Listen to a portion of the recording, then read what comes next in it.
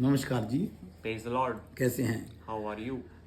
देखो, जब भी आप कोई काम करते हो, And whenever you are about to do something, अगर आप मान लो आप डॉक्टर हैं, and let's say you are a doctor, तो आप किस चीज़ के डॉक्टर हो, आप लिखोगे नहीं क्या? and wouldn't you just write that of what field of your doctor? आप चमड़े के डॉक्टर हो, हड्डी के डॉक्टर हो, दिमाग के डॉक्टर हो, दिल के डॉक्टर हो, Are you a skin doctor or the psychologist or any of the other field?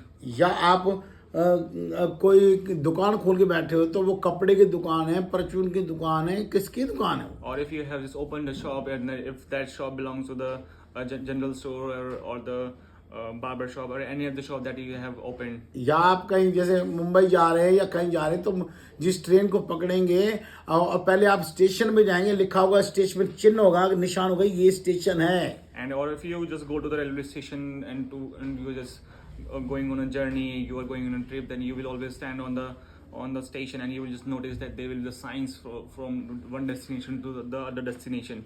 तो जो आप ट्रेन पकड़ेंगे उस पर आप मुंबई जा रहे हैं, तो मुंबई लिखा हुआ उस पर चढ़ेंगे, ना कि आप उस पर जो दिल्ली जा रही है उस पर चढ़ेंगे। And if you want to go to the Mumbai, then you will just board the train that goes to the Mumbai, not you will board the train that goes to the Delhi. तो ऐसे अगर आप जब church चलाते, church खोलते हैं, And just like when just you open the church or you run the church, तो उस पर क्रूस नहीं होगा, तो आप वो चर्च नहीं है, आप ऐसे खाली बैठे हैं। and if there is no cross on the church in the church, that means it is invalid.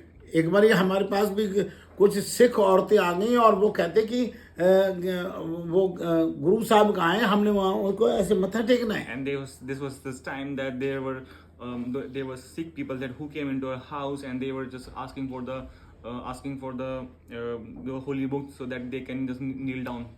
तो मैंने कहा आप गलत जगह आ गई, ये चर्च है, ये गुरुद्वारा नहीं है। And I said them that you are in the wrong place. This is a church, not a gurdwara. तो उन्होंने कहा कि अगर चर्च है तो आप वहाँ चर्च का क्रूस का निशान लगाओ तो पता लगे चर्च है। Then she said that you must put the cross onto your doorpost so that we can know and we can recognize this is a church. अगर आप चर्च चला रहे हैं तो आपको क्रूस लगाना बड़ा And if जरूरी you're है। running a church, then it is very mandatory to apply the cross.